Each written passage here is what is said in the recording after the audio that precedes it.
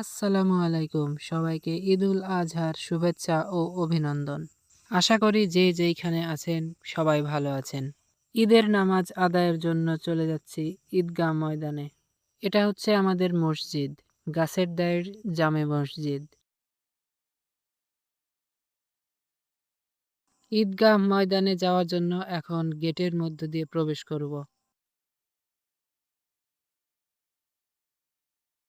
গতকাল অনেক বৃষ্টি হয়েছে, তার জন্য রাস্তায় কাদা হয়ে গেছে, আপনারা দেখতেই পাচ্ছেন। তুই তুই তুই পাকা মামাচ্ছ নাকি আমার সাথে? বিশাল কন্টেন্ট ক্রিয়েটার, বুঝছো? কত ভিউ, ভিউ তো ভালোই আছে। এটা হচ্ছে আমাদের ঈদগাহ। ঈদের নামাজের এখনো আধা ঘন্টার সময় আছে। মানুষ আস্তে আস্তে সবাই ঈদগাহ ময়দানে আসছে। এখনো পর্যন্ত সব মানুষ এসে পৌঁছায়নি। আমি আর সজীব মামা এই সামনেই বসে পড়লাম। এখনো 10 মিনিট সময় আছে। মোটামুটি অনেক মানুষ চলে এসেছে। এইটা হচ্ছে তামিম, আমার ভাতিজা। তাকে জিজ্ঞেস করলাম, কিছু খেয়ে এসেছো নাকি না খেয়ে এসেছো? আমি আর মামা একসাথে তারপরে বংশীরাত, আমরা তারপরে ঈদের নামাজ জান্নাত অথবা ঈদুল আজহা। জাহান্নাম। কিরা গো তুমি? তবে কে কোন কর্ম করলে কোথায় যাবে, সাবস্ক্রাইব। এই জন্য মানিকগঞ্জে নামাজ শুরু হতে এখনো কিছু সময় বাকি। আব্দুরকার নামে একটা কোরআন, একটা সূরাও আছে। ইয়ারে হাজরিন, আর এই হক পথে চলতে গেলে পরিচয় করিয়ে দিই, এটা হচ্ছে আকাশ, আমার চাচাতো ভাই। একমাত্র ঈদটাই হলো আমাদের সকলের একত্র হওয়ার মিলন কেন্দ্র। ঈদের ছুটিতে সবাই বাড়িতে আসে এবং আমরা সবাই একসাথে হই। আর এখানেই ঈদের আসল মজা। তবে ছোটবেলার মতো আনন্দ কেন জানি আর হয়ে ওঠে না। তো নামাজ শেষে এখন টাকা তোলার কাজ চলছে। হাজার আমাদের নামাজ এইমাত্র শেষ হলো, এখনো মোনাজাত বাকি আছে। জানার সাথে এখন কোরআনে বুঝছি যে যদি কোনো মানুষ কল্যাণ প্রাপ্ত হতে হয়, দান করার আর কোনো বিকল্প টাকা নাই। পেশা হি পেশা। যদি দান যদি কোনো মানুষ করতে পারে।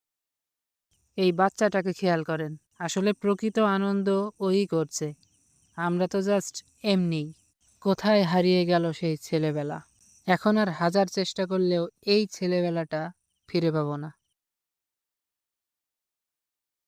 আলহামদুলিল্লাহ, ঈদ মোবারক। আমাদের নামাজ এখন আমি আর নাসিম, মানে আমি, সজীব মামা আর পিয়াস ভাইয়া, বড় ভাইয়া, পিয়াস বড় ভাইয়া গ্রামের উদ্দেশ্যে রওনা দিয়েছি। আমি ভিডিওটা করে দিতাম। কে আকাশ ভালো? ও আকাশ ব্রো। বড় হয় রে কম। ভাই আকাশ, সবাই হাউ আর ইউ ব্রো? সবাইকে ঈদ মোবারক। এই হলো আমাদের কোরবানির গরু। গত বছর আমাদের কোরবানির গরুটা লাল কালারের ছিল। এবছর আমরা কালো গরু নিয়েছি। আমাদের কোরবানির গরু বলতে এই গরুর মধ্যে 6 জনের ভাগ আছে, অর্থাৎ 6টা ভাগ। সামনে যাকে দেখতে পাচ্ছেন উনি আমার সেজো চাচা। আচ্ছা, গরুর দামটা হচ্ছে 1,20,000 টাকা। আসলে কোরবানি দেওয়া হলো আল্লাহকে খুশি করার জন্য। এখানে দামটা ম্যাটার করে না। যার যেমন সামর্থ্য সে তেমনভাবেই কোরবানি দিয়ে থাকে। আমাদের গরুটা কেমন হয়েছে সেটা কমেন্টে জানাবেন। গরুর মাংস হয়েছে 4.5 মণ। তো গরু কোরবানির পর এখন মাংস কাটা শুরু হয়ে গেছে।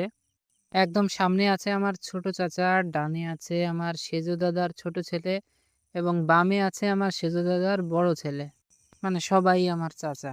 আর ক্যামেরার পেছনে অবশ্যই আমি আছি। এখন দেখতে পাচ্ছেন গরুর ভুঁড়ি নিয়ে যাচ্ছে ধোয়ার জন্য।